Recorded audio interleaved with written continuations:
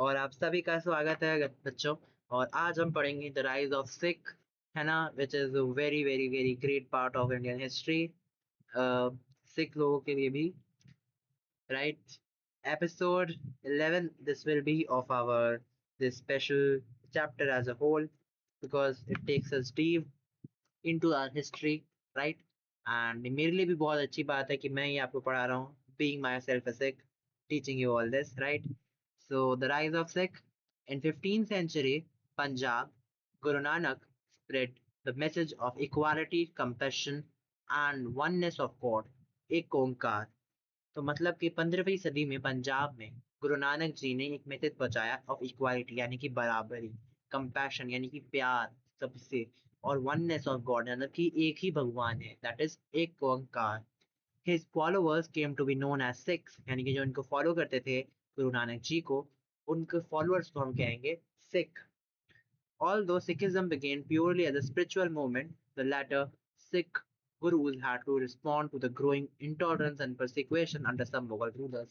तो मतलब जो स्टार्टिंग था जो सिखिज्म की हुई, सॉरी, वो एज अ स्पिरिचुअल मूवमेंट हुई, यानी कि स्पिरिचुअल मूवमेंट के चलते उन्होंने भगवान को एज एक ही भगवान को देखते हुए उन्होंने शुरू किया।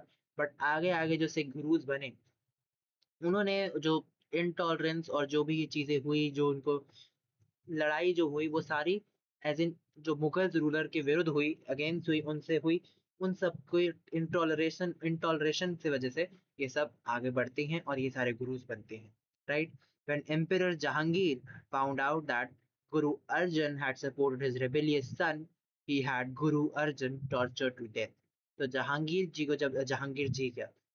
को जब पता चला कि गुरु अर्जन सिंह जी ने उनके बेटे को सपोर्ट करा है ना, तो उन्होंने गुरु अर्जन सिंह जी को टॉर्चर करके, मतलब कि उनको मार के टॉर्चर करके, टॉर्चर इन द सेंस कि मारने से पहले लाइक सीधी मौत नहीं थी, बट ही टॉर्चर्ड हिम, है ना,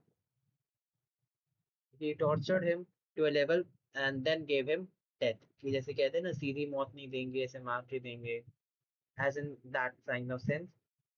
तो वैसे भी इन्होंने ऐसे उनको डेथ। आगे अगर हम पढ़े, this promoted Guru Arjan sun and successor गुरु हरगोविंद सिंह जी। तो इनके आगे गुरु अर्जन देव जी के आगे उन्होंने गुरु हरगोविंद को अपना सक्सेशन दिया, यानी कि उनके आगे वो आए, ठीक है। और वैसे अगर मैं बात करूं, तो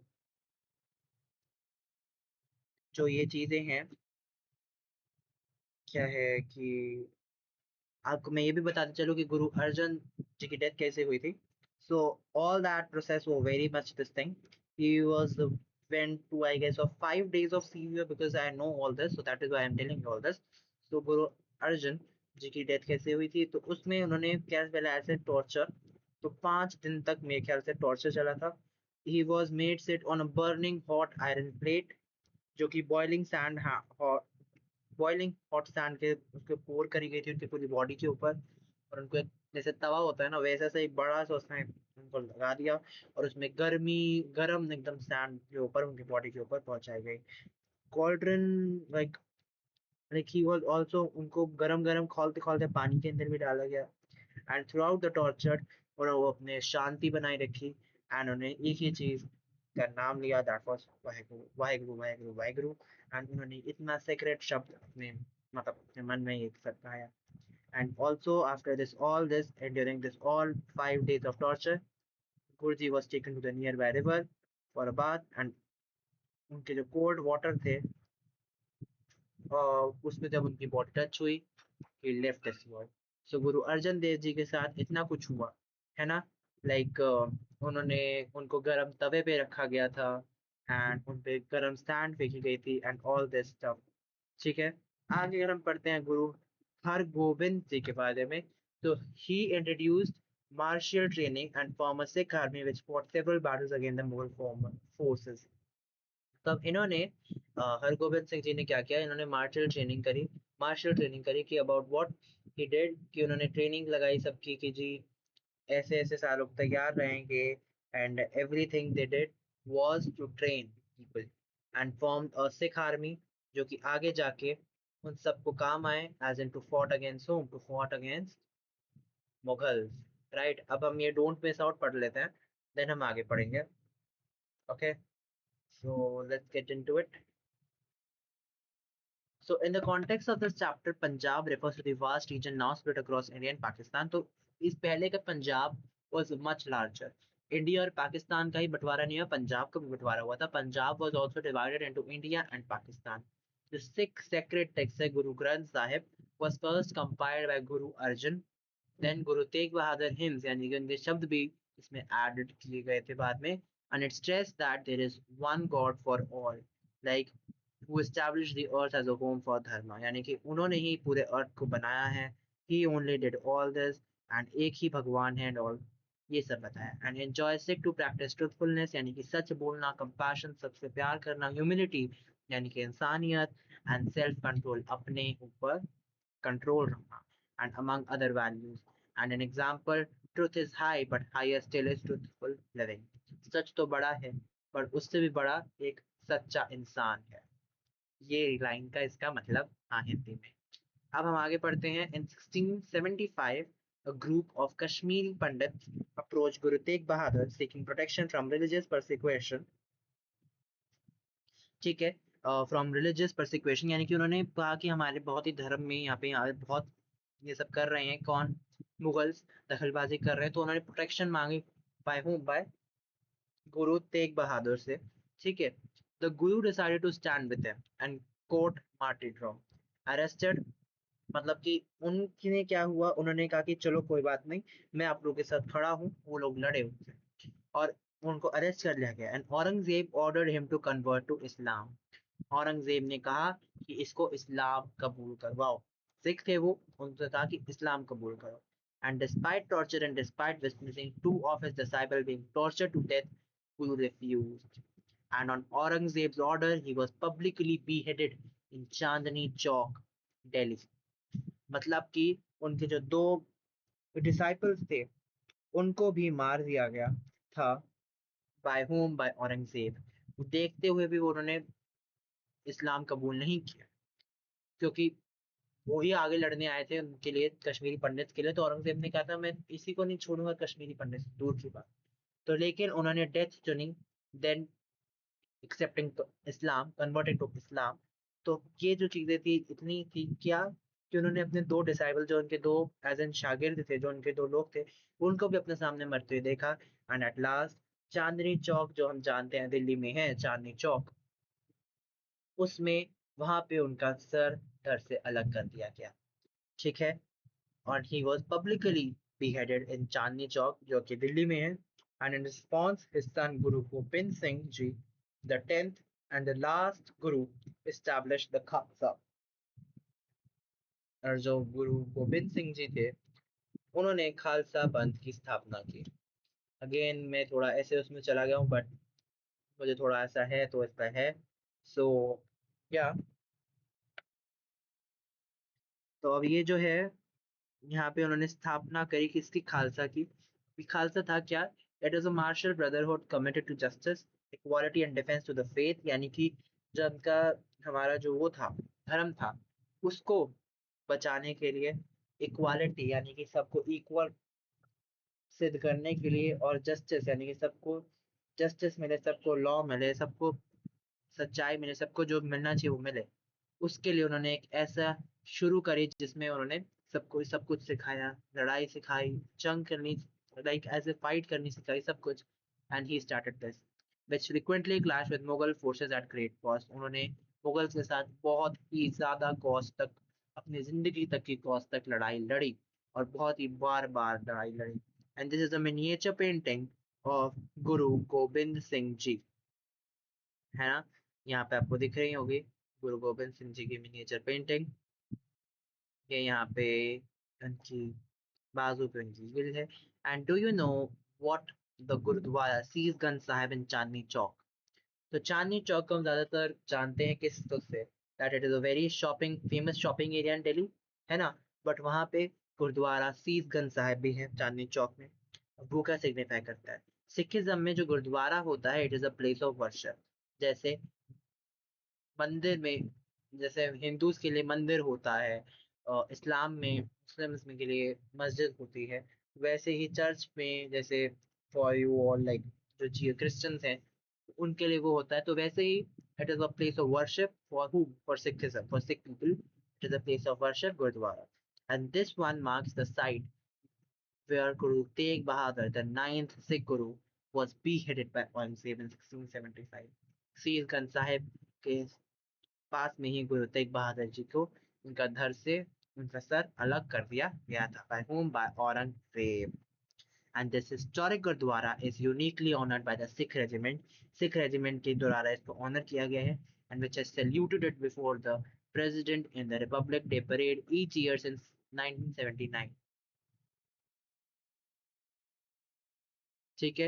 and it stand as a powerful symbol of faith and sacrifice in the Indian history, यानी कि अपने फेथ, अपने धर्म के लिए बलिदान देने के लिए एक ये पावरफुल सिंबल की तरह आपकी इंडियन हिस्ट्री में ये है। ऑलराइट, आगे भी इसमें और लिखा नहीं हुआ, बट जो चीजें हैं गुरु तेग बहादुर के बाद गुरु गोबिंद सिंह जी के भी, गुरु गोबिंद सिंह जी के भी बहुत ज्यादा असैसिनेशन हुए, उनके भी अटेम्प्ट किए गए, उनके भी बच्चों को भी मारा गया था। ठीक है, लाइक उनके भी चार बच्चे थे, his four son, ठीक है, उनको भी मारा गया था। By whom? By only one and only Aurangzeb. तो आप देख ही सकते हो उसने अपने भाइयों को, अपने बाप को नहीं छोड़ा तो इन लोगों को छोड़ा, but it was very very very wrong. तो उनके जो चार बेटे थे जिनको साहिबजादे भी बुलाते हैं, यहाँ पे नहीं है but I let you know, साहिबजादों को भी मार दिया गया था। जिनको दो को, जो सबसे बड़े वाले दो थे, उनके चार बेटे थे, सबसे बड़े वाले दो यानी कि बाबा अजीत सिंह एंड बाबा जुझार सिंह जी को चमकौर, बैटल ऑफ चमकौर में, जो कि आई गेस 1705 में हुई थी, दिसंबर के मंथ में, तो उनको वहां पे मार दिया गया। और दे weren't that old, they were of I guess 14 17 16 ऐसे ईयर्स के थे। एंड वो जो थे, वो जैसे अभी मैंने बताया था ना चित्तौड़गढ़ में उनको एज इन मुगल्स ने ऐसे कर दिया था, तो वैसे ही उन लोगों को चमकौर में ऐसे बंदी बना लिया गया था। उनके आसपास पूरी वो लोग थे, और 40 सिख, सिर्फ और सिर्फ 40 सिख से लड़ने के लिए पूरी मुगल आर्मी आई थी, देख सकते हैं आप लोग। और जो यंगर सन यानी कि जो छोटे बच्चे थे, यानी कि बाबा जोरावर सिंह जी और बाबा फतेह सिंह, उनको अपने बाप से अलग कर दिया गया।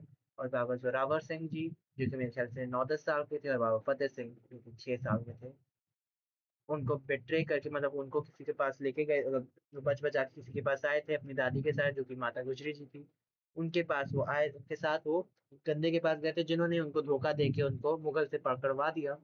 और जब मुगल्स ने लेके, औरंगजेब ने उनको बोला कि मैं तुम्हारा सर धड़ से अलग कर दूंगा या कुछ कर दूंगा, वो कन्वर्ट हो जाओ इस्लाम में, तुम्हारे बाप ने तो ये कर रखा है वो कर रखा है, लेकिन उन्होंने कॉन्फिडेंस के साथ डटे रहे और उन्होंने इस्लाम कबूल नहीं करा। और वो फिर हिंद के गवर्नर के पास वो गए थे मुगल, मतलब उनको हैंड ओवर वहां पे कर दिया गया था। और उनको फिर ब्रिक, मतलब देवर ब्रिक डलाई, यानी कि उनके आसपास पूरी दीवार बना दी गई थी, और उनको एज एन ब्रिक करके उनको सांस वगैरह ना लेने दी। और जब वो ब्रिक, मतलब जब उनके आसपास पूरी ऐसे वो कर दी, उनकी डेथ हो गई उनके सांस ना आने की वजह से। एंड देन उनको गला सर से हलाक करके उनको एज एन हटा दिया गया। एंड उनकी जो माता गुजरी यानी कि उनकी जो दादी थी, वो ये शौक से वो सुन के की डेथ हो गई। ठीक है, इसी के साथ आगे हम बढ़ते हैं। क्वेश्चंस हैं, why do you think Guru Tegh Bahadur in your torture and convert? Why did he think his sacrifice would make a difference? What values did Sikh gurus and Khalsa embody? How are they relevant in today's world? So Guru Tegh Bahadur ji believe करते थे कि religious freedom होनी चाहिए, यानी कि जिसको जो धर्म अपनाना है, जो धर्म है जिसका, उसकी फ्रीडम तो होनी चाहिए। And the right of every individual to practice their own faith, यानी कि अपना जो भी फेथ है, अपना जो धर्म है, उसकी प्रैक्टिस वो कर पाए। है ना, कि जो मुसलमान है वो अपनी नमाज पढ़ सके, जो हिंदू है वो अपने पूजा कर सके, जो सिख है वो अपने पाठ कर सके। And he refused to convert despite severe torture because he was committed to these principles। मतलब कि उन्होंने इतना टॉर्चर सहा क्योंकि वो क्योंकि वो इस सारे प्रिंसिपल से, कि हमें किसी चीज में भी किसी को भी एज इन वो नहीं करना चाहिए कि वो कन्वर्ट हो या ये सब हो, इतने सब टॉर्चर उन्होंने तब भी इसीलिए सहे। और he believed that sacrificing his life for justice and religious freedom would inspire others to resist oppression and defend their right. उन्होंने सोचा कि मैं अगर अपनी जान की बाजी दूं, जान दूं, बलिदान दूं अपनी जान का, तो ये एक चीज बनेगी और इंस्पायर करेगी कि किसी को आगे इससे ऑप्रेस नहीं होना, यानी कि डरना नहीं है, छुपना नहीं है, इससे बंद मतलब नहीं होना कि इनकी बात नहीं माननी, उनके सामने डट कर खड़े होना, अपने हक के लिए बोलना आना चाहिए। His martyrdom became a single symbol of courage, sacrifice and the protection of human dignity. इंसान की इज्जत, उनका बलिदान और उनकी जो ये करेज कॉन्फिडेंस की मिसाल बनी और उनको इसलिए याद किया जाता है। And what values that Gurus, Sikh Guru and Khalsa embodied? The Sikh Gurus or Khalsa embodied values such as equality, courage, honesty, and selfless service, which is also known as seva, justice, discipline, compassion and devotion to God.